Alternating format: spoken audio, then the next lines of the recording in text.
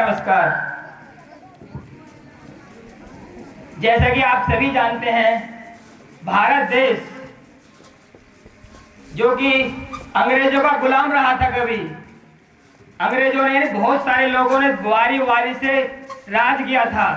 यदि हम भारत की सभ्यता के बारे में पीछे जाएं, अब से 4000 साल पहले, जब दुनिया ये नहीं जानती थी कि खाना क्या होता, रहना क्या होता, मकान क्या होते हैं, तब भारत की हड़प्पा सभ्यता, आर्यव्रत, द्रविड़ शैली पूरे विश्व में सबसे विकसित थी। 4000 साल पहले भारत में सोने, चांदी, जवाहरात, मालदार में सबसे रिच था पूरे विश्व में भारत। लेकिन उसकी खासियत होने की वजह से सभी लोगों का विश्व में भारत की तरफ आकर्षण हुआ, तो धीरे धीरे भारत को गुलाम बना लिया गया। उसकी सबसे बड़ी वजह यह रही थी कि हमारा आपस में लड़ना, झगड़ना, एक साथ ना मिलना। लेकिन जब विश्व के लोगों ने अनेक बार आकर भारत पर आक्रमण किए और राज किया, तब जाकर हमें पता चला कि भारत जब तक विविधता में एकता का सूत्र नहीं बांधेगा, तब तक सफल नहीं हो सकता। तब जाकर 26 जनवरी 1930 को लाहौर अधिवेशन में जवाहरलाल नेहरू जी ने अध्यक्षता की कमान संभाली, जिसे हम आज कांग्रेस के नाम से जानते हैं। 26 जनवरी 1930 को जवाहरलाल नेहरू जी ने लाहौर में, जो कि आज पाकिस्तान के अंदर है, पूर्ण स्वराज, पूर्ण स्वतंत्रता की घोषणा की। और ये सीधा सिद्धांत है, करेंगे या मरेंगे, या किसी भी कीमत पर हमने देश को आजाद करा के रहेंगे। तब उत्तर प्रदेश का बलिया जिला 19 अगस्त 1942 को, जो बागी के नाम से जाना जाता था, सबसे पहले भारत के अंदर स्वतंत्रता प्राप्त की। उसके बाद धीरे धीरे भारत में क्रांतियां हुई और मुद्दा बढ़ता गया। और लास्ट में वह दिन जिसे आज हम इस पर्व में मनाते हैं, 15 अगस्त 1947 को, आखिरकार वो दिन आ गया जब 1946 में आए हुए कैबिनेट, अंग्रेजों के द्वारा भेजे गए 3 मंत्री, जिन्हें हम कैबिनेट के नाम से जानते हैं, उस कैबिनेट ने 15 अगस्त 1947 को भारत को अपना संविधान लिखने की अनुमति दी और भारत को स्वतंत्रता घोषित किया कि भारत आज से स्वतंत्र है।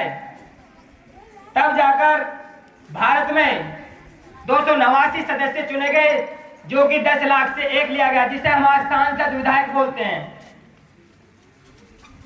289 सदस्यों ने भारत के संविधान के बारे में चर्चा की और एक समिति बनी, जिसके अध्यक्ष भीमराव अंबेडकर थे, जिसे हम प्रारूप समिति के नाम से जानते हैं। प्रारूप समिति में जो लोग थे पूरे विश्व में गए।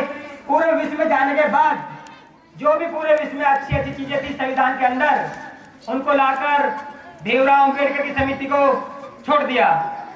भीमराव अंबेडकर जी ने 166 बार बैठक करने के बाद फाइनली 26 जनवरी 1950 को भारत का संविधान भारत को सौंप दिया।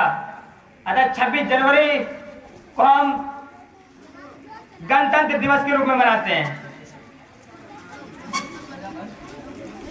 तो मेरे प्यारे बच्चों, आप सभी से ये रिक्वेस्ट करूंगा, और जितने भी यहाँ पे व्यक्ति मौजूद हैं, कि हम विविधता में एकता वाला भारत, जिसके उत्तर में हिमालय है, पूर्व में बंगाल की खाड़ी, पश्चिम में अरब सागर, दक्षिण में मन्नार की खाड़ी, एक विश्व का सबसे सुंदर देश है। आपने सुना होगा जम्मू कश्मीर धरती का स्वर्ग कहा जाता है, जिसके लोग सपने देखते मरने के बाद स्वर्ग जाएंगे, वो भारत के अंदर जम्मू कश्मीर में मौजूद है, जिसके ऊपर लोगों की सभी देशों की निगाहें टिकी हुई हैं। आप सभी जानते हैं, जब भारत में अकाल पड़ा था 1962 में, चीन ने भी जम्मू कश्मीर को कब्जाने का प्रयास किया था।